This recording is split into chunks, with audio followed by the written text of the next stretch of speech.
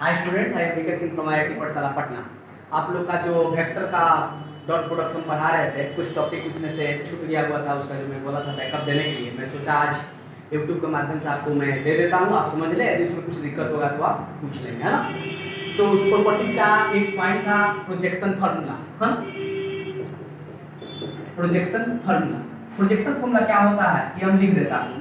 The projection formula of vector A along the vector B is a vector A dot vector B upon magnitude of vector B। ये हमारा projection formula होता है, यानी कि vector A का projection निकालना है किसके अलोंग, B के अलोंग। तो जिसके अलोंग हमें प्रोजेक्शन निकालना होता है उसी का हम नीचे मैग्नीट्यूड लेते हैं। यदि हमसे क्वेश्चन कहा था find the projection of vector B along the vector A, तो हम नीचे वेक्टर ए का मैग्नीट्यूड लेते।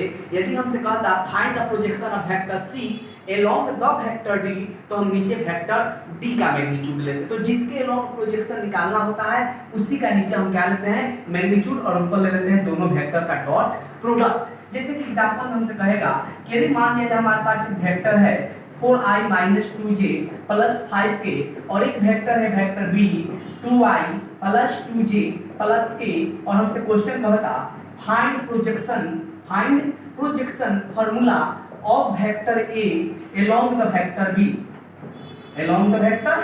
b question marks. तो हम सॉल्यूशन में क्या लिखते हैं बाबू, a का प्रोजेक्शन b के along निकालना है, तो फार्मूला हम लिखेंगे क्या, a डॉट b अपॉन क्या, मैग्नीट्यूड ऑफ वेक्टर b। तो ये क्या हो जाएगा, देखो दो वेक्टर का डॉट प्रोडक्ट हम कैसे करते हैं, i का कोएफिशिएंट को i से मल्टीप्लाई 4 × 2 कितना हो जाएगा, 8 हो जाएगा। यहाँ -2 × 2 कितना हो जाएगा, -4, और यहाँ 5 × 1 कितना हो जाएगा, +5 अपॉन वेक्टर b का मैग्नीट्यूड, यही वेक्टर b है। और किसी वेक्टर का मैग्नीट्यूड निकालने के लिए हम क्या करते हैं, i, j और k के बगल में जो नंबर है उसको स्क्वायर करके ऐड कर देते हैं। तो 2 है तो 2 का स्क्वायर 4 होगा, यहाँ j के बगल में 2 है, फिर 2 का स्क्वायर 4 होगा, k के बगल में 1 है, 1 का स्क्वायर 1 होगा। तो 8 और 5 13 हुआ, 13 में से 4 चला गया, 9 हो गया हमारा, है ना। और यहाँ से हम देख रहे हैं बाबू 4 4 8 9, राइट का रूट वैल्यू 3 होता है, यानी कि यहाँ से प्रोजेक्शन फार्मूला कितना आ गया हमारा, 3। तो ये मेरा था प्रोजेक्शन फार्मूला। एक होता है कंपोनेंट फार्मूला, यहाँ पे देखेंगे कंपोनेंट फार्मूला, है ना। कंपोनेंट फार्मूला में क्या कहेगा, the component of vector A along the vector b is a vector a dot vector b upon magnitude of vector b into vector b। बाबू यदि हमको कंपोनेंट कहे वेक्टर a का b के along निकालने के लिए, तो ऊपर दोनों वेक्टर का डॉट प्रोडक्ट ले लेंगे, और जिसके along कह रहा है निकालने का उसका मैग्नीट्यूड हम नीचे ले लेंगे, और इनटू में वेक्टर b से मल्टीप्लाई करेंगे। वेक्टर b का मतलब क्या, हमको a का कंपोनेंट निकालना है, किसके along, b के along। तो जिसके along हमें कंपोनेंट निकालना है ना, उसी वेक्टर से हम यहाँ पे क्या कर लेंगे, इनटू कर लेंगे, ठीक है ना। फिर से समझे, a का कंपोनेंट निकालना है b के along, तो ऊपर दोनों वेक्टर का डॉट प्रोडक्ट, जिसके along निकालना है उसका नीचे मैग्नीट्यूड, और जिसके along निकालना है उसी वेक्टर से इनटू। जैसे कि एग्जांपल भी देख लेते हैं। एक मान लिया जाए वेक्टर a दिया है हमें 5i + 2j और +4k, है ना। और एक यहाँ वेक्टर b हमें दे दिया जाए 4i + 2j + 4k, और यदि कहता है वेक्टर a का कंपोनेंट फाइंड करिए वेक्टर b के along। क्वेश्चन क्या कहता है, find component of vector a along vector b। तो क्या करेंगे फार्मूला बाबू, दोनों वेक्टर का ऊपर डॉट प्रोडक्ट, b के along निकालना है तो नीचे वेक्टर b का मैग्नीट्यूड ले लेंगे, और ऊपर वेक्टर b से हम क्या कर लेंगे, इनटू कर लेंगे। डन। अब देखो तो दो वेक्टर का डॉट प्रोडक्ट 5 × 4 20 हो गया, 2 × 2 4 हो गया, 4 × 4 16 हो गया, अपॉन क्या करेंगे वेक्टर b का मैग्नीट्यूड, ये वेक्टर b है ना, स्क्वायर रूट ले लेंगे, i के बगल में 4 है, 4 का स्क्वायर 16, j के बगल में 2 है, 2 का स्क्वायर 4, k के बगल में 4 है, 16 हो जाएगा, इनटू में क्या बाबू वेक्टर b। तो वेक्टर b हमें कितना दिया हुआ है, देखेंगे तो यही ना दिया है, यहाँ पे लिख देंगे 4i + 2j + 4k, है ना। अब आते हैं तो 20 और 4 24, और 24 और 16 कितना हो गया, 40 हो गया, इसका मैग्नीट्यूड वैल्यू 6 होगा और वेक्टर धर्म कितना है बाबू 4i plus 2j plus 4k। इसको आप सॉल्व कर लेंगे, आपका निकल जाएगा कंपोनेंट फार्मूला। 2 से इसे कट कर देंगे, आप तो जानते हो यहाँ से 2 कॉमन भी ले सकते हो, तो इसको सॉल्व आपको करेंगे तो आपका यहाँ से निकल जाएगा क्या कंपोनेंट फार्मूला। तो प्रोजेक्शन फार्मूला और कंपोनेंट फार्मूला में यदि कोई दिक्कत हो तो आप जरूर हमें बताएं, कमेंट भी करें, ठीक है ना।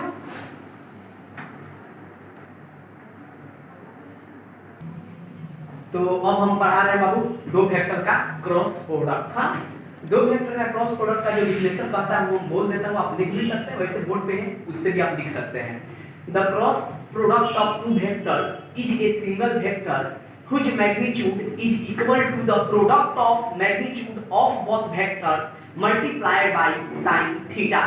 यहाँ पे डिफिनेशन लिखा हुआ है। हाँ, यानी कि बाबू मान लिया हमारे पास एक वेक्टर ए है और एक वेक्टर बी है, तो इसका जो क्रॉस प्रोडक्ट होता है उसका जो मैग्नीट्यूड होता है वो हमेशा इक्वल होता है दोनों वेक्टर के मैग्नीट्यूड के प्रोडक्ट का with multiplied by the sine theta. तो वही मैं बोला बाबू कि दो वेक्टर ए और बी का जो क्रॉस प्रोडक्ट होता है और उसका एक मैग्नीट्यूड होता है वो इक्वल होता है magnitude of product of both vector, यानी दोनों वेक्टर के प्रोडक्ट मैग्नीट्यूड के प्रोडक्ट का with multiplied by sine theta. The cross product of two vector is a single vector। कहने का मतलब जब भी हम दो वेक्टर का क्रॉस प्रोडक्ट निकालते हैं तो आने वाला रिजल्टेंट भी एक वेक्टर आता है, ठीक ना। और उस वेक्टर का जो मैग्नीट्यूड होता है वो इक्वल होता है दोनों वेक्टर के मैग्नीट्यूड के मल्टीप्लाई का, कब, जब उसको हम sin थीटा से मल्टीप्लाई करेंगे तब। या यहाँ से हम कह सकते हैं कि यहाँ से sin थीटा का जो वैल्यू आएगा वो क्या हो जाएगा बाबू a क्रॉस b का मैग्नीट्यूड अपॉन नीचे दोनों मैग्नीट्यूड आ जाएगा वेक्टर a का मैग्नीट्यूड इनटू वेक्टर b का मैग्नीट्यूड, यहाँ से निकल जाएगा sin थीटा का वैल्यू। अब क्रॉस प्रोडक्ट हम निकालते कैसे हैं उसके लिए हम एक एग्जांपल यहाँ देता हूँ, आप देखेंगे यहाँ पे हम दे देता हूँ एग्जांपल्स, है ना।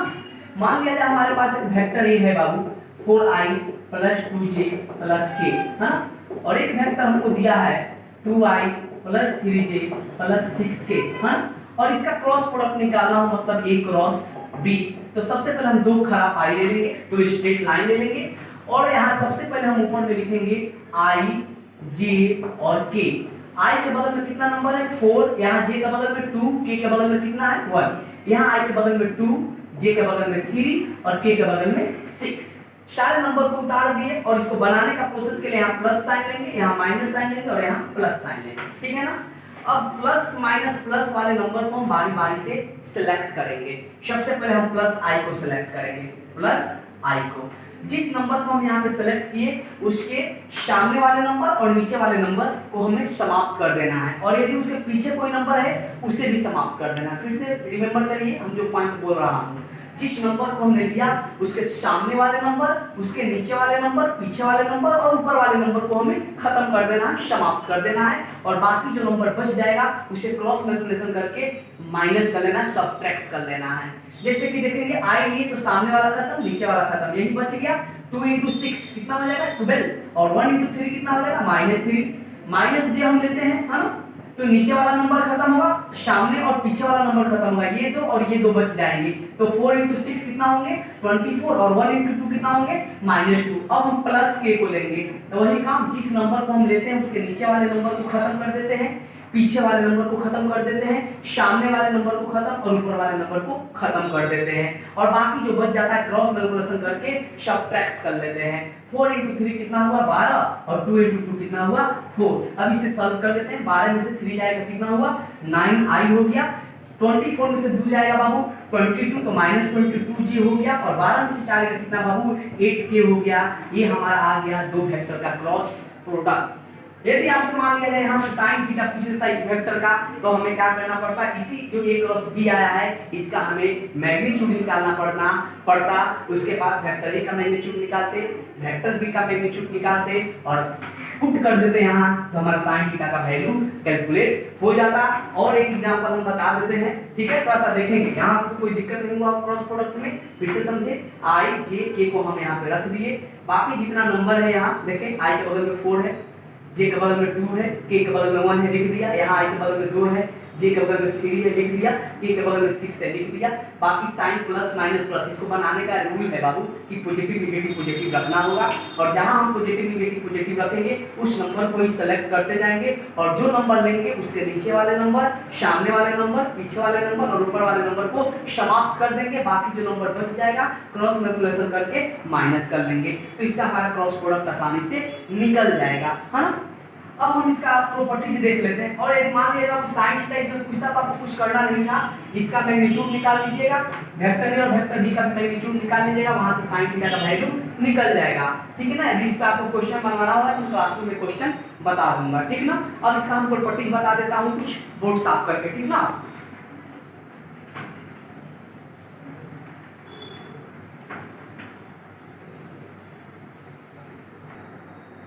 तो प्रॉपर्टीज हम बता देते हैं क्रॉस प्रोडक्ट। पहला प्रॉपर्टीज कहता है कि दो वेक्टर का क्रॉस प्रोडक्ट जो होता है कम्यूटेटिव लॉ को ओबे नहीं करता है, मींस a क्रॉस b जो होता है कभी b क्रॉस a के इक्वल नहीं होता है। हम ब्रैकेट में लिख दिया not obey commutative law. a cross b जो होता है vector minus b cross a के इक्वल होता है। a क्रॉस b कभी भी b क्रॉस a के इक्वल नहीं होता है, a क्रॉस b हमेशा किसके इक्वल होता है, माइनस b क्रॉस a के।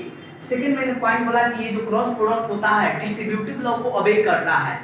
जैसे कि a cross b plus c लिखे, इसको हम लिख सकते हैं a cross b plus a cross c। हम इसको क्या लिख सकते हैं, a क्रॉस b प्लस क्या, a क्रॉस c, यानी कि b प्लस c एक ब्रैकेट बना, इसको दोनों को मैंने डिस्ट्रीब्यूट कर दिया, यही कहलाता है डिस्ट्रीब्यूटिव लॉ।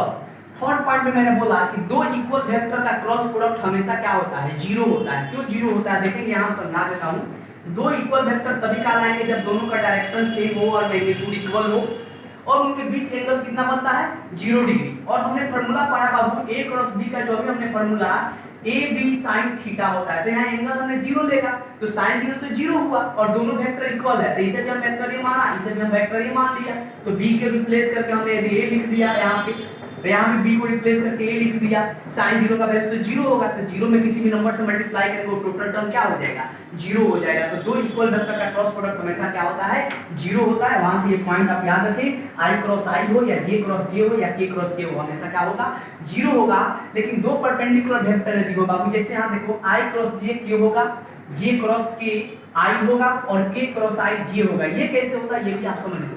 ये जैसे आपने देख रहे हो सर्कल, इसमें इसे मान लो i, यहाँ ले लो j और यहाँ ले लो k। जब i और j में हम मल्टीप्लाई करेंगे i क्रॉस j, तो हमारा क्या बच गया, k बच गया, तो i क्रॉस j का वैल्यू हम k लिख दिए। जब j क्रॉस k करेंगे तो क्या बचेगा, i, तो j क्रॉस k i लिख दिए। और जब अब हम k क्रॉस i करेंगे तो हमें क्या बचेगा, j, तो k क्रॉस i का वैल्यू j लिख देंगे। तो इससे आप याद रखना i क्रॉस j k हो जाएगा, k क्रॉस i j हो जाएगा और i क्रॉस j k हो जाएगा। और कभी कभी किसी क्वेश्चन में इसको उल्टा लिखा रहता है, जैसे i क्रॉस j ना लिख के आपको लिखा रहेगा j क्रॉस i, तो यहाँ प्लस के है तो आप माइनस के लिख लेंगे। यहाँ j क्रॉस k के बदला यदि मान लिया जाए लिखा है k क्रॉस j, तो प्लस i के बदला हम क्या लिख लेंगे, माइनस i। और k क्रॉस i के बदला हमको यहाँ लिखा है बाबू i क्रॉस k, तो हम यहाँ पे क्या लिख लेंगे, माइनस j लिख लेंगे। तो इस कंसेप्ट का आप यूज करके इसको आप याद रखेंगे। एक क्वेश्चन इसको हम बता देता हूँ, जस्ट 1 मिनट, ठीक है ना। देखेंगे यहाँ पे,